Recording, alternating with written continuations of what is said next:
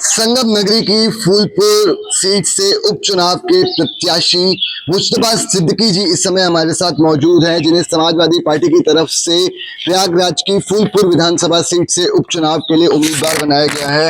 मुस्तफा जी, जानना चाहेंगे किस तरीके से जनता के बीच जाके कैंपेनिंग कर रहे हैं। पिछले 2 विधानसभा चुनावों की बात करें तो बीजेपी ने यहाँ कब्जा जमा रखा है, तो किस तरह से चुनौती मानते हुए नए तरीके से कैंपेनिंग की रणनीति अपना रहे? देखिए, हम 2 बार सोराव से विधायक बने थे।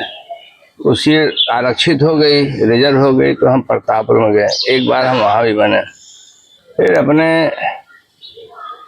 अपने राष्ट्रीय अध्यक्ष माननीय अखिलेश यादव जी के प्रति मैं आभार व्यक्त करता हूँ तो उनके दिशा निर्देश से हम फूलपुर चुनाव लड़े।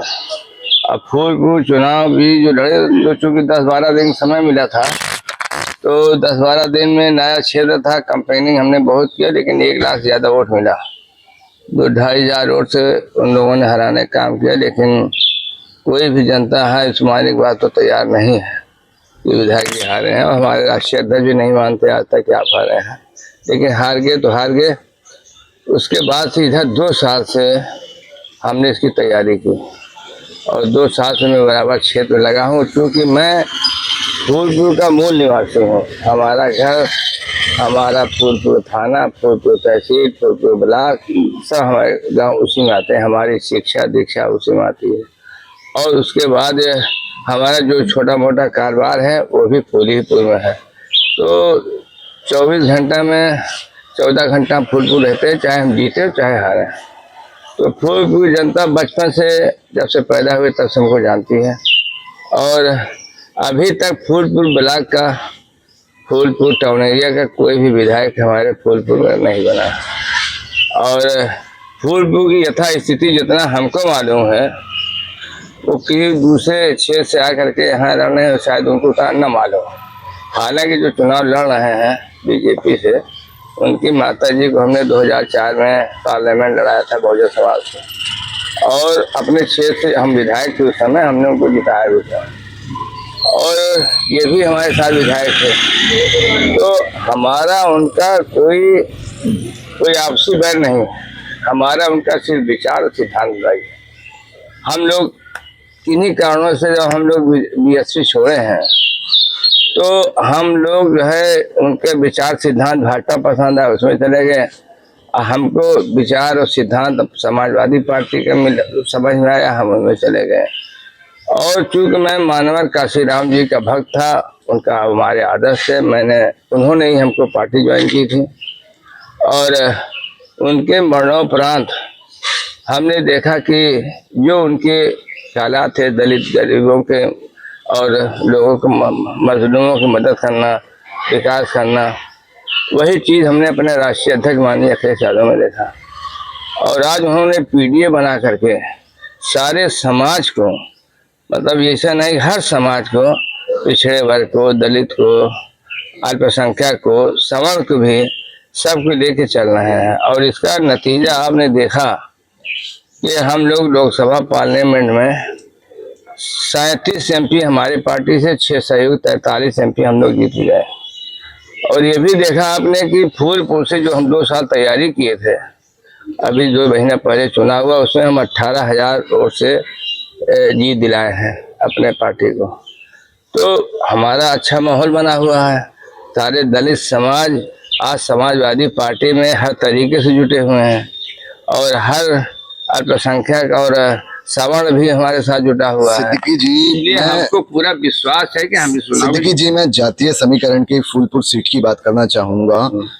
फूलपुर में देखा जाए तो पटेल वोटर जो है खासकर काफी बड़ी संख्या में है, तो क्या रणनीति से उनको साथ?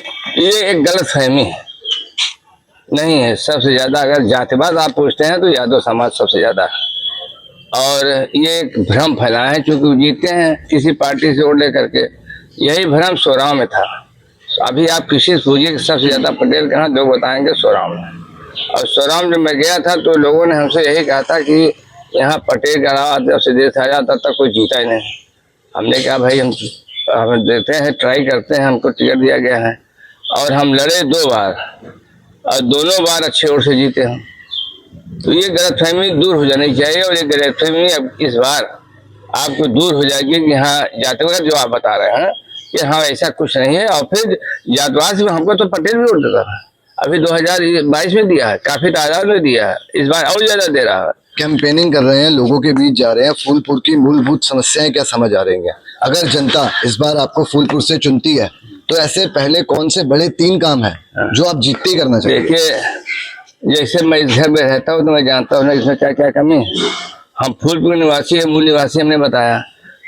1971 में पहले पंडित जवाहरलाल नेहरू की बहन विजय लक्ष्मी पंडित जी लड़ी थे, विधायक सांसद भी बनी थी।